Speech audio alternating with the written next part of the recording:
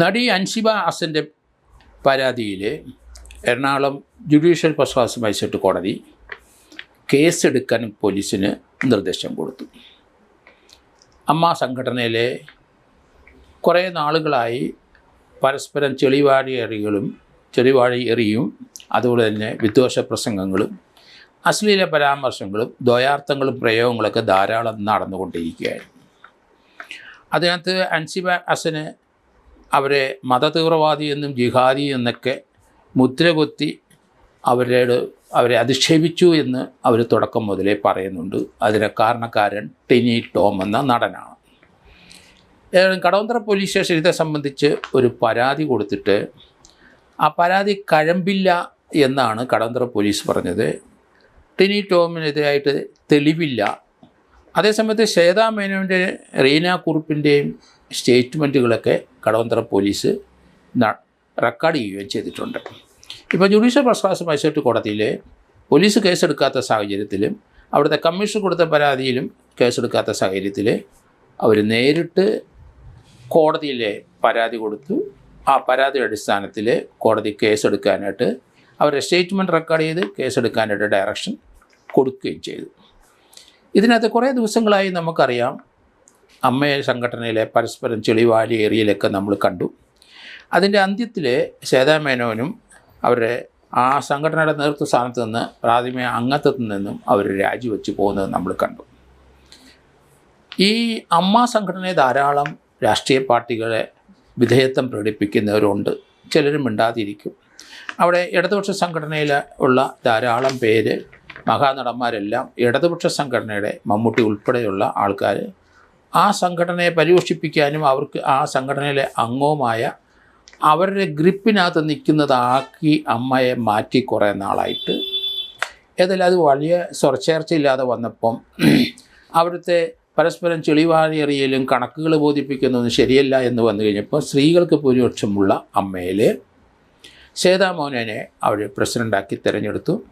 പക്ഷേ അവരെ അധിക്ഷേപിച്ചു. രാഷ്ട്രീയപരമായിട്ടും അവരൊരു BJP സൈഡിലോട്ട് ആണ് അവരുടെ ചായ്വ് എന്നൊക്കെ പറഞ്ഞ്. അതേ സമയത്ത് അവിടുത്തെ CPM എത്ര ഇന്നസെൻ്റ് CPMൻ്റെ MP ആയിരുന്നു. അതുപോലെ ഗണേശന് ഇടതുപക്ഷത്തോട് ചേർന്ന് നിൽക്കുന്ന ഒരു MLA ആയിരുന്നു. മുകേഷ് ഒരു MLA ആയിരുന്നു. മമ്മൂട്ടി ഇടതുപക്ഷത്തോട് ചേർന്ന് നിൽക്കുന്ന ആളാണ്. അങ്ങനത്തെ കുറേ അധികം ആൾക്കാർ അമ്മയിൽ ഇടതുപക്ഷത്തോട് സഹകരിച്ചും അവർക്ക് വേണ്ടി പ്രസംഗിച്ച് നടന്നപ്പോഴൊന്നും ആർക്കും പരാതിയില്ലായിരുന്നു. അൻസിബ ഹസൻ്റെ കാര്യത്തിൽ വന്നപ്പം പലരും അവരെ സപ്പോർട്ട് ചെയ്യാതെ വന്നു. ഏതായാലും അവർ നിരന്തരമായിട്ട് അതിൻ്റെ പിന്നാലെ നടന്നു. തന്നെ അധിക്ഷേപിച്ച ആൾക്കെതിരായിട്ട് നടപടി ഇപ്പോൾ എടുക്കാൻ കോടതി നിർദ്ദേശിച്ചിരിക്കുകയാണ്. ടിനി ടോമിനെതിരായിട്ടുള്ള നടപടിയുമായിട്ട് കോടതി ഡയറക്ഷൻ അനുസരിച്ച് പോലീസിന് മുന്നോട്ട് പോയേ പറ്റുള്ളൂ. കാരണം ഇതിനകത്ത് തീർച്ചയായിട്ടും അവരുടെ മൊഴി അവർ കൃത്യമായിട്ട് കൊടുക്കും. അവരുടെ മൊഴിക്കനുസൃതമായ ചില സോഷ്യൽ മീഡിയയിലുള്ള റെക്കോർഡുകളുണ്ട്.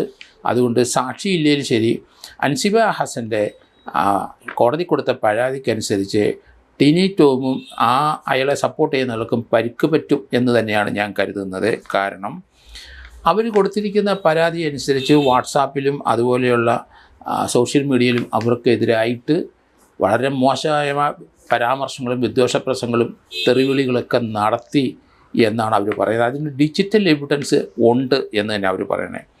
അങ്ങനെയാണെങ്കിൽ ആ എവിഡൻസ് മതിയല്ലോ, സാക്ഷികൾ വേണ്ടല്ലോ. ഡാമേജ് അവർക്കുണ്ടായിട്ടുണ്ടെങ്കിൽ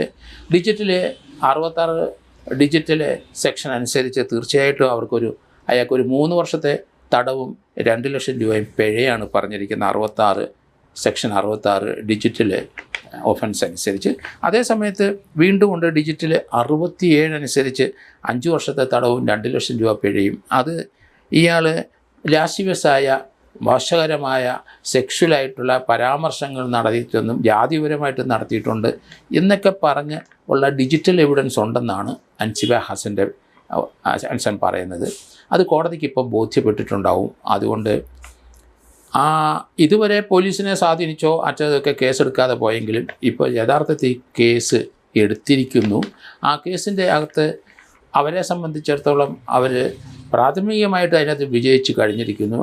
അവരുടെ സംസാരങ്ങളൊക്കെ കേട്ട് കഴിയുമ്പം പൊതുജനങ്ങൾക്ക് മനസ്സിലായത് അവർ പറയുന്ന കാര്യത്തിൽ ചില കഴമ്പുണ്ടെന്നൊക്കെയാണ് നമുക്ക് തോന്നുള്ളൂ. കാരണം അവർ കള്ളം പറയുന്നതായിട്ട് തോന്നുന്നില്ല. അവർ ഉറച്ചു വിശ്വസിക്കുകയും അതനുസരിച്ച് പ്രവർത്തിക്കുകയും അത് ഡിഫെൻഡ് ചെയ്യുകയും ചെയ്യുന്ന കാഴ്ചകൾ നമ്മൾ കണ്ടു കുറേ ദിവസങ്ങളായിട്ട്. എന്തായാലും അൻസിമയുടെ പരാതിക്ക് ഇപ്പം പരിഹാരം ഉണ്ടാകുന്നു എന്നാണ് മനസ്സിൽ. കോടതി അത് കണ്ടെത്തി കഴിഞ്ഞിരിക്കുന്നു.